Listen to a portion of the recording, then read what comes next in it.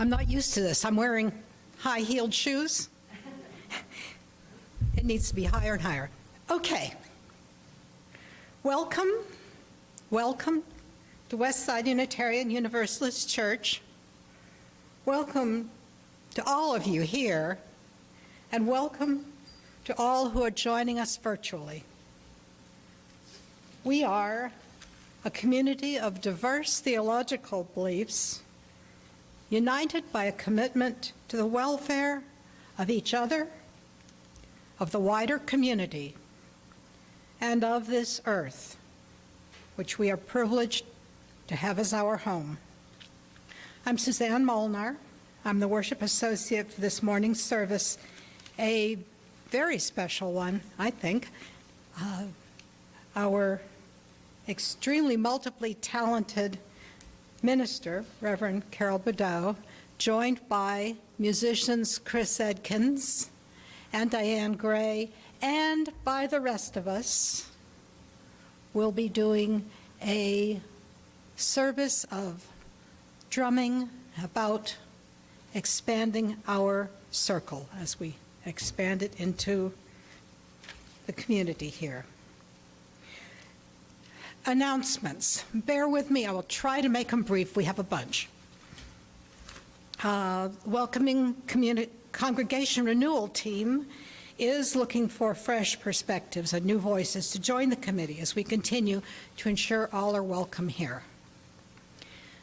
Adult religious exploration is continuing with Christian Roots, Growing Branches. That's Wednesdays at 6 o'clock on Zoom, and the Zoom link is in the newsletter. Join us for Thursday evening conversations, each week 6:30 to 8. This is an ongoing adult RE series which meets for discussions on various topics. Again, the Zoom link is in the newsletter, and again, you don't have to have been to previous ones to join. The Wednesday second Monday lunch is on February 14th. Everyone welcome. It's at the Bravo Italian Kitchen this time. And if you're planning to attend, please contact Judy Burchett or Diane Gray. And there, if you have the order of service, the contact's in here. If you don't, it's online. The book club will meet on Saturday, February 26th at 10 o'clock via Zoom, excuse me, to discuss The Dutch House by Ann Patchett. Zoom link in the newsletter. Save the dates.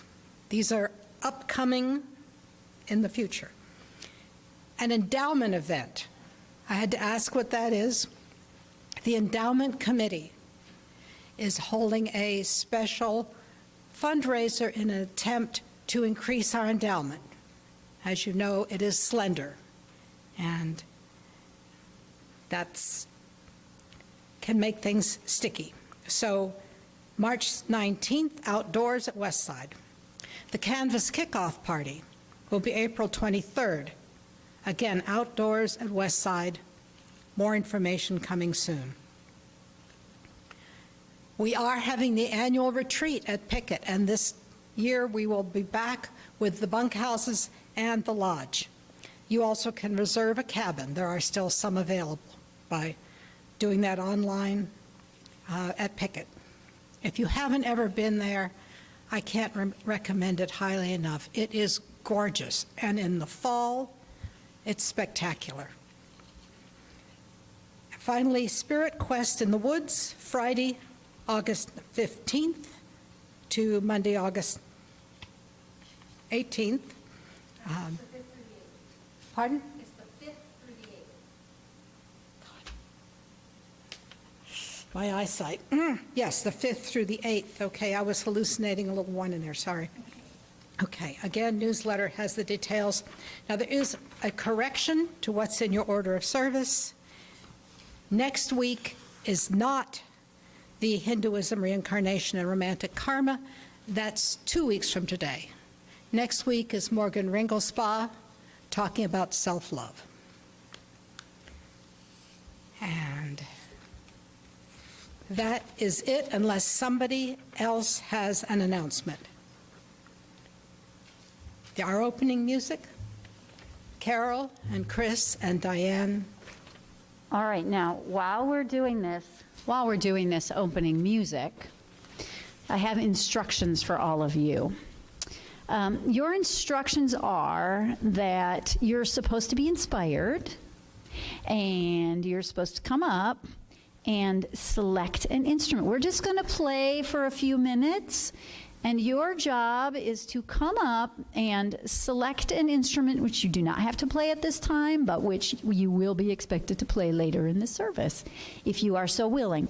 And you don't necessarily have to have an instrument. You can always clap your hands or something. But this table and the music sticks here also, everything is available. So while we are playing, come on up and choose something or two things that you might want to use later.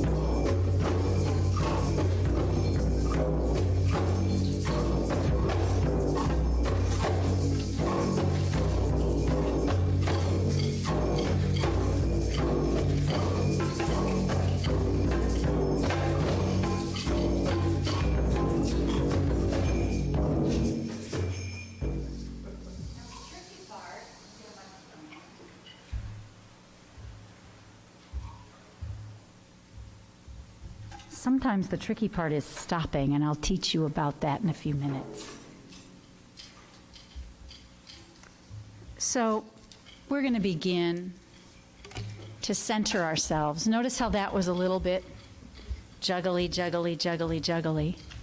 We're going to center ourselves with another sound, with the sound of the bowl. I'm going to invite the bowl to sound. And the sound of the bowl is designed to call us into presence, to call us into our center, to draw us into a more calm and harmonious vibration. So as I invite the bowl to sound, I invite you to take a deep breath, kind of feel that energy that just kind of shook out of you. Let yourself imagine it shaking out, and feel the ground under your feet, and allow yourself to kind of settle in your chair as the sound moves through the room.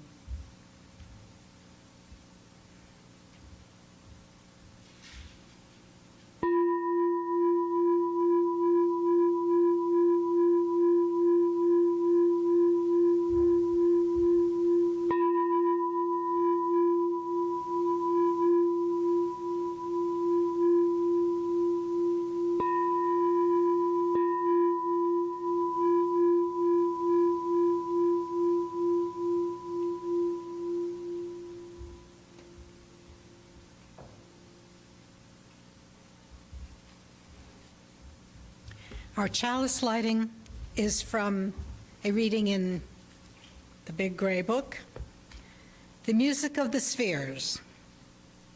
Its rhythms are equal, repeated seasons, the beating of the heart, the cycles of stars and corn, rhythms of moon and tide, one single rhythm in planets, atoms, sea. Melody, accord, arpeggios, the harp of the universe. Unity behind apparent multiplicity.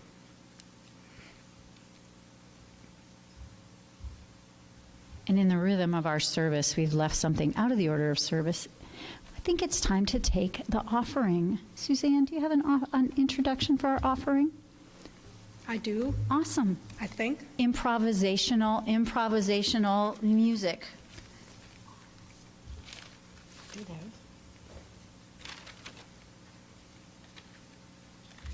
Okay. This is the time in our service when we take an offering to support both ourselves and the wider community. As always, 25% of undesignated money goes to a Share the Plate partner. This quarter, it's Planned Parenthood of East Tennessee, which is probably, as all of you know, suffered a real catastrophe on New Year's Eve. Please give generously.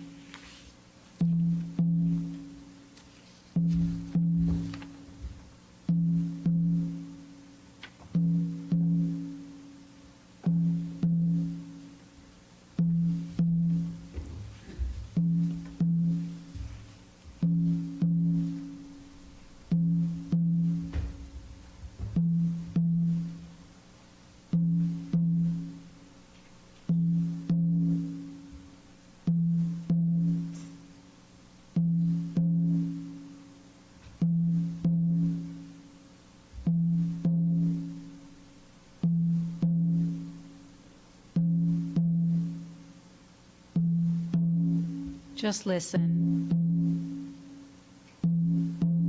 If you're listening at home,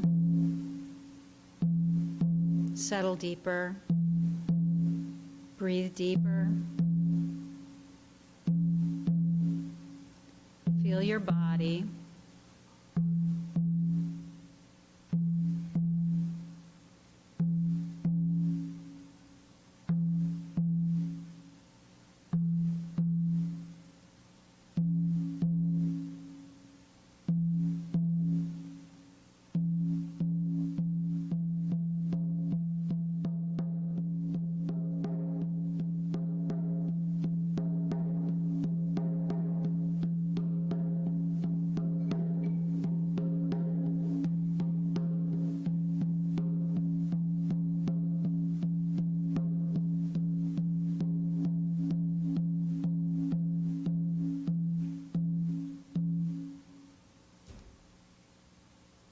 Just notice how the sound of a drum of percussion affects you physically.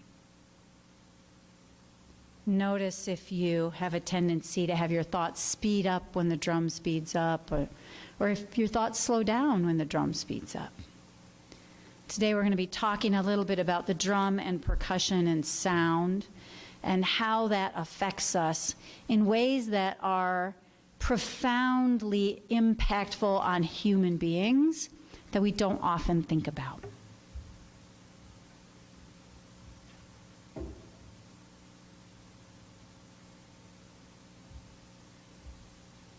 So percussion has been around since there have been people.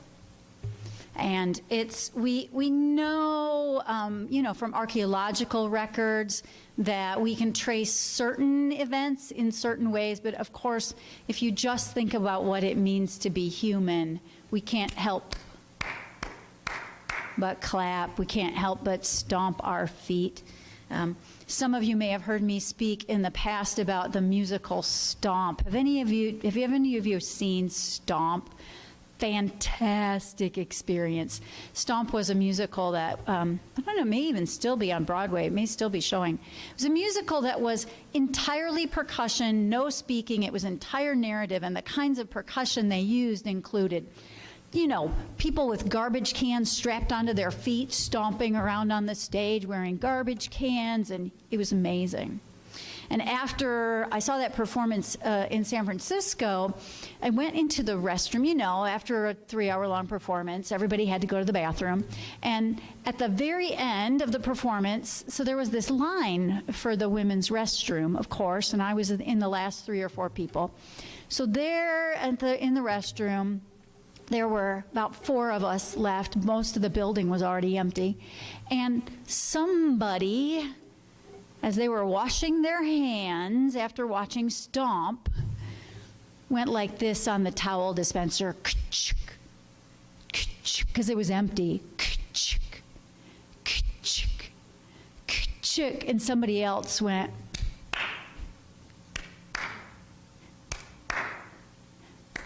and I took the faucet and went, push, push, push, push, push, push, and somebody else started drumming on the sink, right? And pretty soon there were like 4 or 5 of us in the women's restroom having a total jam session, right? We had the best time. And we walked out of the restroom, and there was this semicircle of people standing outside the restroom looking at us like, what in the world? There was some applause, there was embarrassment, but it's instinctive.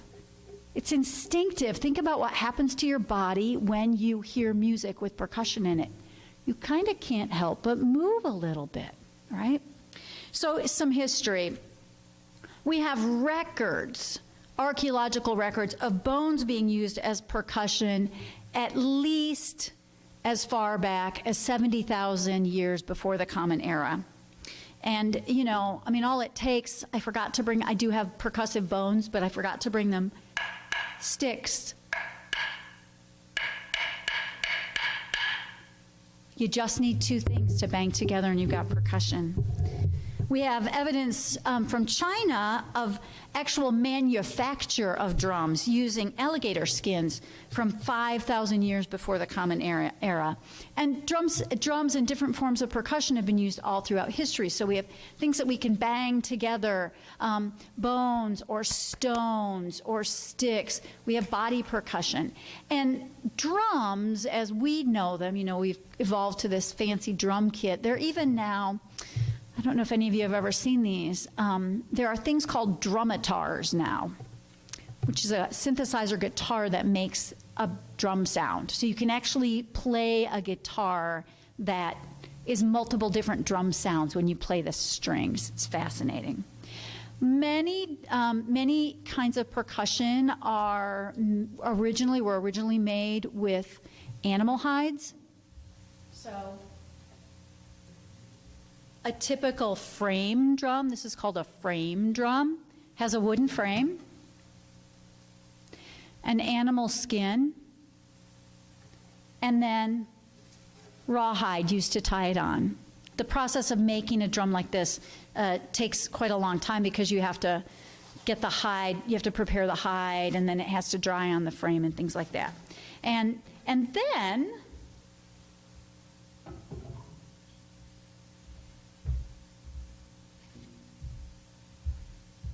we have the wonders of modern technology. This is a frame drum made by the company Remo. And this is a synthetic drum head, which you can take out in the rain. So these kinds of drums, frame drums like this, and Chris's big drum there is a Remo drum as well, but hide drums actually are powerfully influenced by climate. So if it's moist or dry, or if it's hot or cold, it affects how your drum sounds. If it's the wrong temperature, your drum might not make any sound at all. So actual hide drums like this require a whole lot of care. They require oiling and keeping moist and keeping the temperature right. Often if you're out in nature and you have a hide drum like that and it's cool, you have to keep it next to the fire so that the head stays warm enough. But with these guys, you don't have to do that.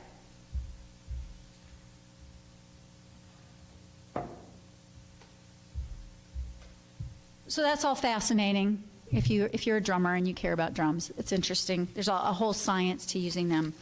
But why do we use percussion? There are really a few different ways that humans use percussion. One is simply as communication.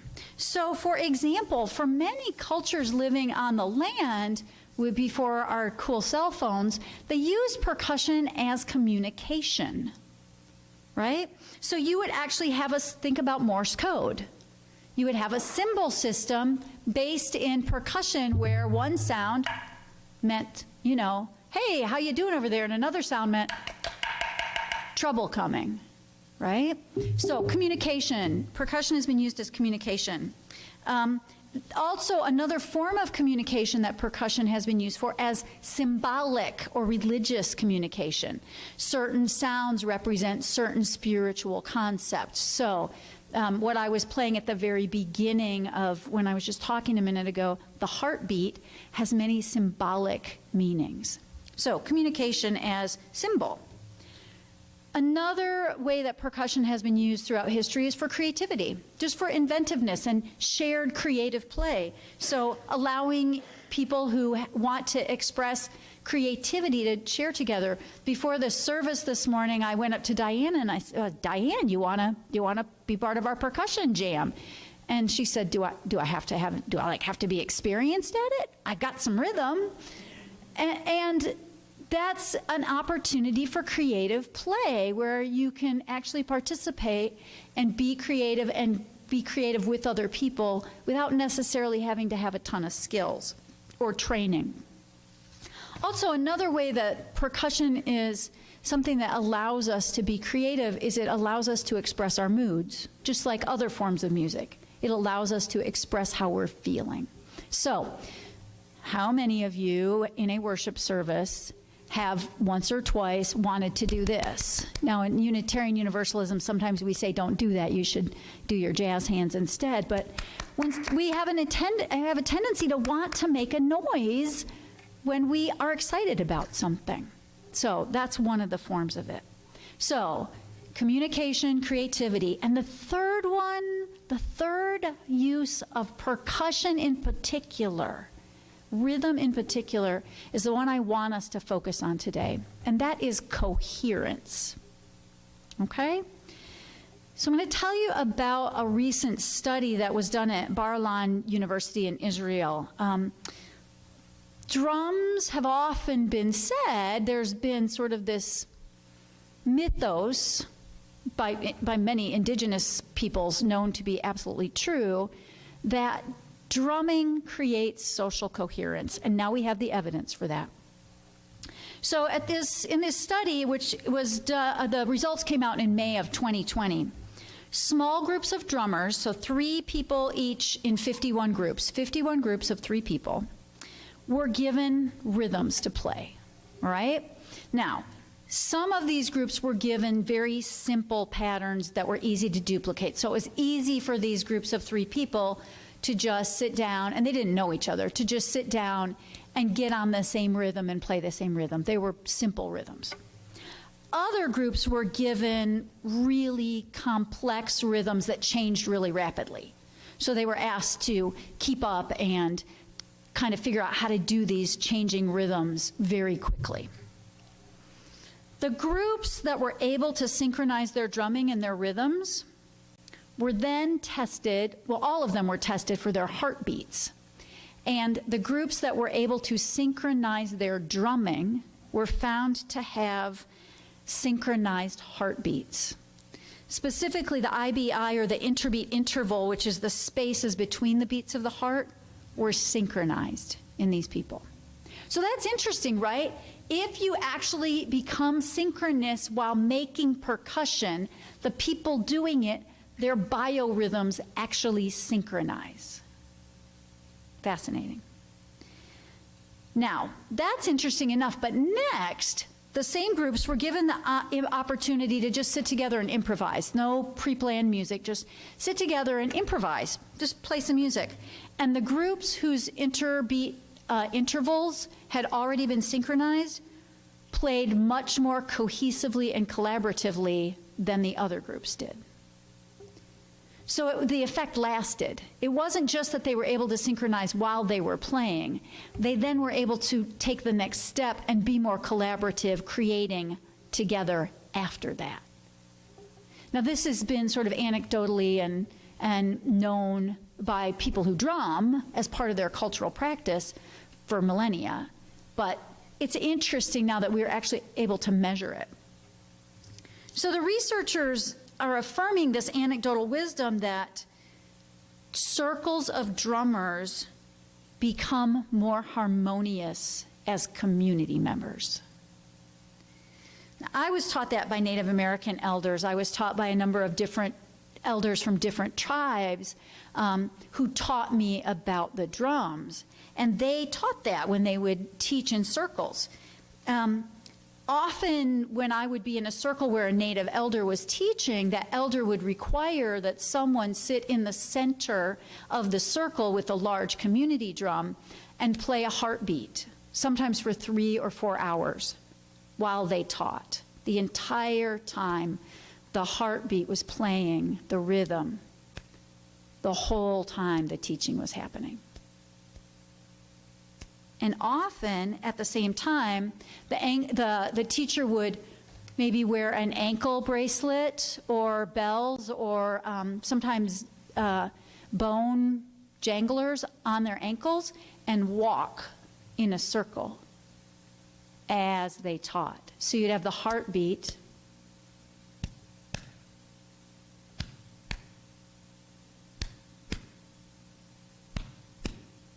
And also the pace of the teacher.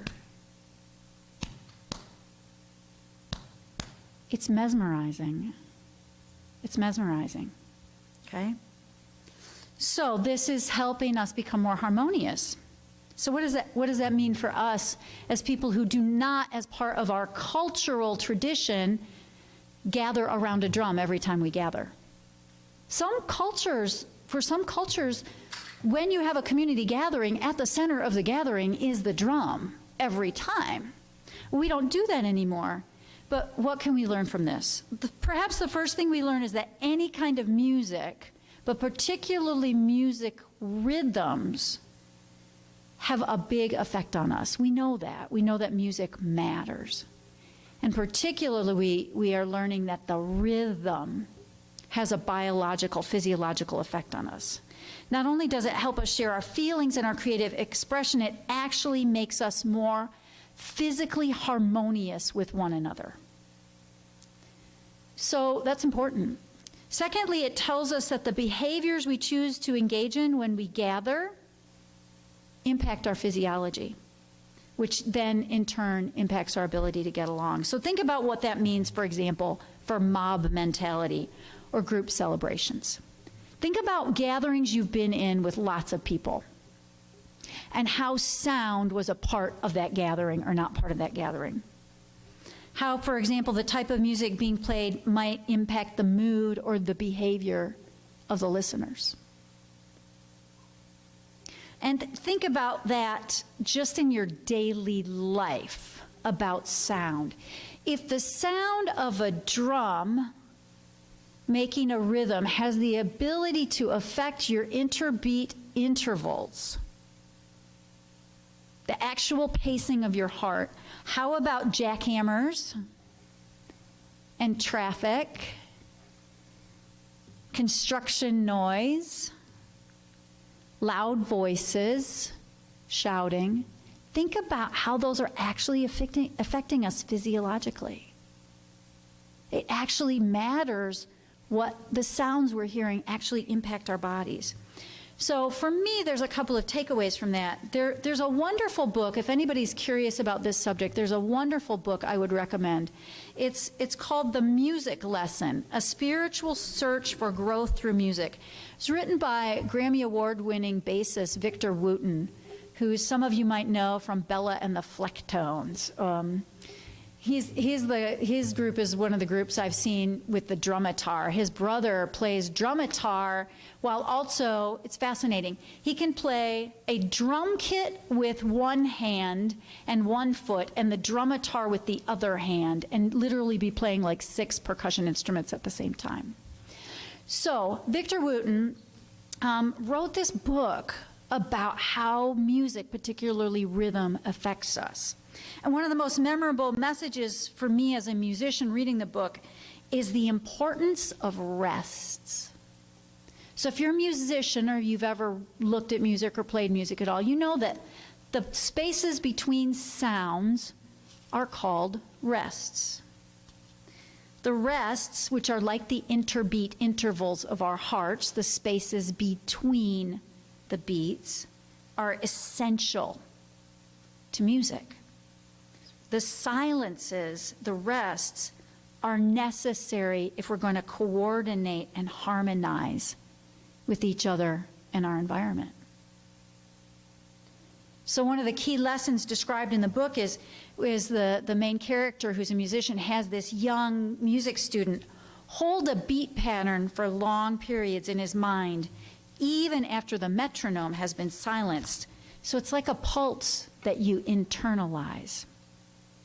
So the lesson here for me is that we must first listen and hear the common beat, hear and feel it, internalize it. So we're going to do a little experiment.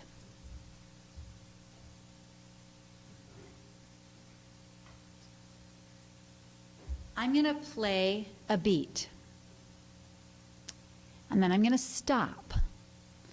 But our job is to internalize this beat so that after a few minutes, when I go like this, you'll start clapping the beat, even though we've stopped doing it. Okay, I'm going to make the beat, but your job, as we hold the silence for a minute, is going to be to hold that pulse internally so that when we're ready, we can start up again. All right?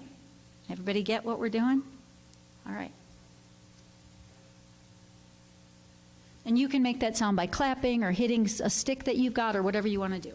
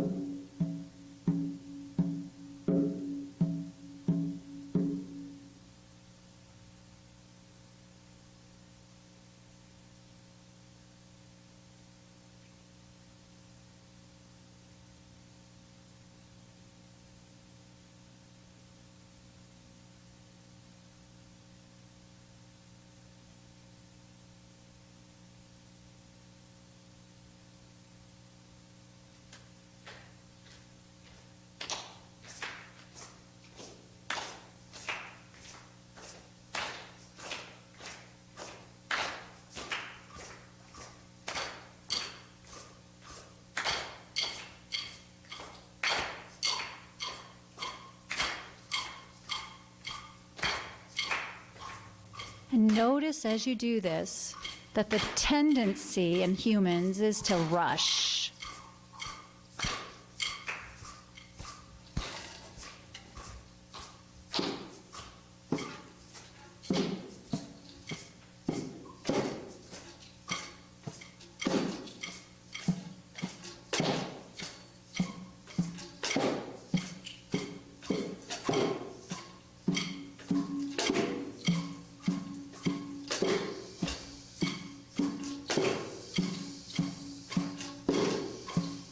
All right, now, if you haven't grabbed an instrument and you want to, grab one.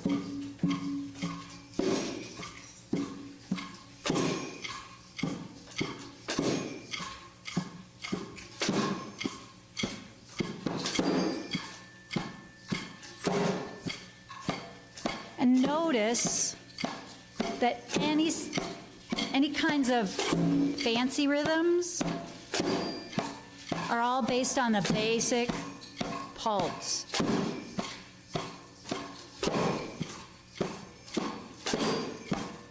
You can get fancier.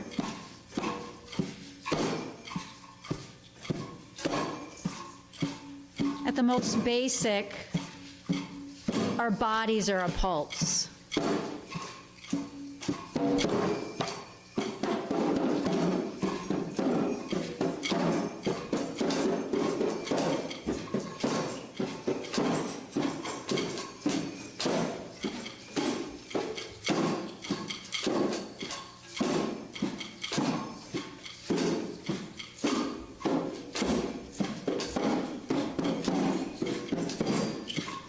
Try something fancy if you haven't yet.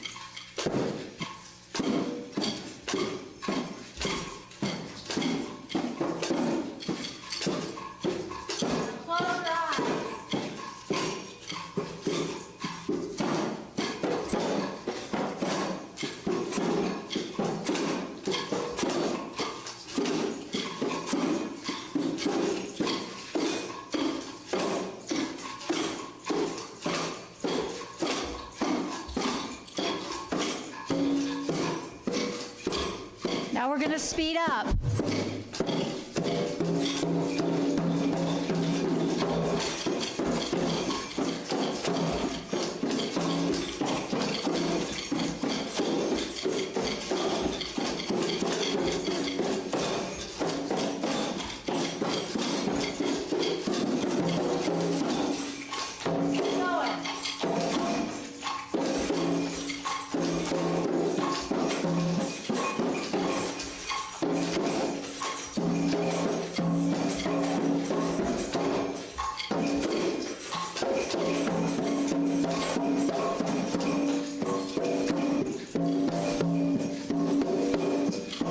Now I'm gonna slow down.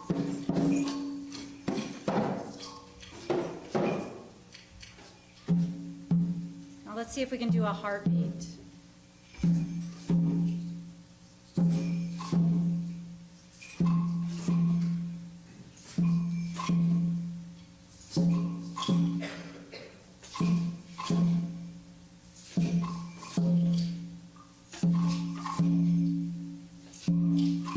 Notice that it's a little harder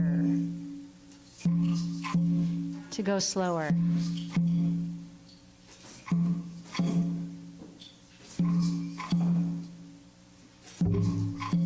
Rest, rest. Rest, rest. Rest, rest. Rest, rest. Rest, rest. Rest, rest. Rest, rest. Rest, rest. There, rest, rest. Rest, rest. Rest, rest. Rest, rest. Rest, rest. Rest, rest.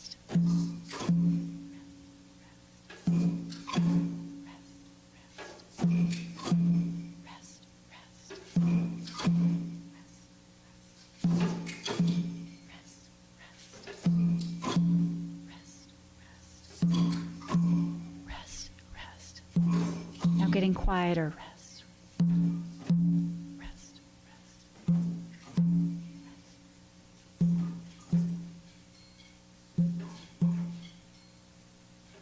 Now just close your eyes for a second and notice if your body feels any different.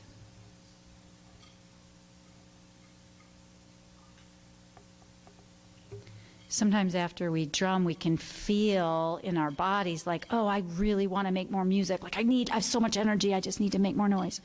Or we can feel like, oh, wow, can we even go even slower? I'm really tired, right? We can often feel more aware of that sort of internal pulse, what's happening inside us. Our modern lives are so loud. and so fast. It's amazing how much that impacts us and we don't know it. How much stress we feel. How many of us feel so at peace when we go in nature? A lot of that is because we have the ability to get away from all that percussive craziness that our modern world bombards us with. So this is a good exercise. A lot of times when you hear a meditation teaching, what they'll teach you is to listen to your breath. And that's a rhythm. It's a percussive rhythm. Or listen to your heartbeat. It's a rhythm. Now, what does that have to do with making the circle wider? Drums are, many percussion instruments come in many shapes and forms. But at its most symbolic, the drum itself is seen as a circle representing wholeness and the community. So when a drum is in the center of community, which is a symbol for the community being gathered in harmony around a common heartbeat, when we have a common center, a common pulse, a common rhythm, a shared harmonious heartbeat, then we have the ability to invite others to join that rhythm. When our rhythm is disharmonious, it tends to repel others from the circle. Imagine that. If you were standing outside a group of people and what was going on in the circle was chaotic, you might have far less interest in joining that, or at the very least, you might not be sure how to join it, unless chaos was what you were looking for, which is for sometimes some people that's the case. But if you're looking for something that feels harmonious and brings greater harmony into your life, the pulse at the center of the community has to be harmonious. So as we think about applying this wisdom to our own lives, maybe we need to first think about harmonizing ourselves and harmonizing with the people next to us and harmonizing with the people next to them and spreading that sense of harmony wider and wider. And at the core is the interbeat interval, the rest, the silence where we listen, in between making sounds. When we make the heartbeat, boom, boom, boom, boom, those rests are as important as the sounds. So there's a message here for a community. Knowing when to make noise and when to be quiet, knowing that the balance of sound and silence is essential, and knowing that harmonizing ourselves and harmonizing those with whom we gather is an essential first step to widening our community. So, who might we add to our lives with that wisdom? How might we harmonize our lives more fully with the people around us with that wisdom? What new experiences might we have if we allowed someone else to lead the jam session once in a while? Or maybe what would happen if we added a new, unique syncopation or rhythm that we usually don't show up and add. We just kind of stay in the background. The spaces between things and the spaces where we make sound are equally important. And as a community, as individuals, as partners, as parents, as children, as friends, as teachers, as students, as people seeking justice, as people seeking peace, understanding how to find that space of harmony between silence and expression, expansion and contraction is essential to creating the world we dream of. So take a moment before we close and just be with your own heartbeat. And notice that as you're with your own heartbeat, even through masks, we are breathing in and out, and in and out, air that we all share.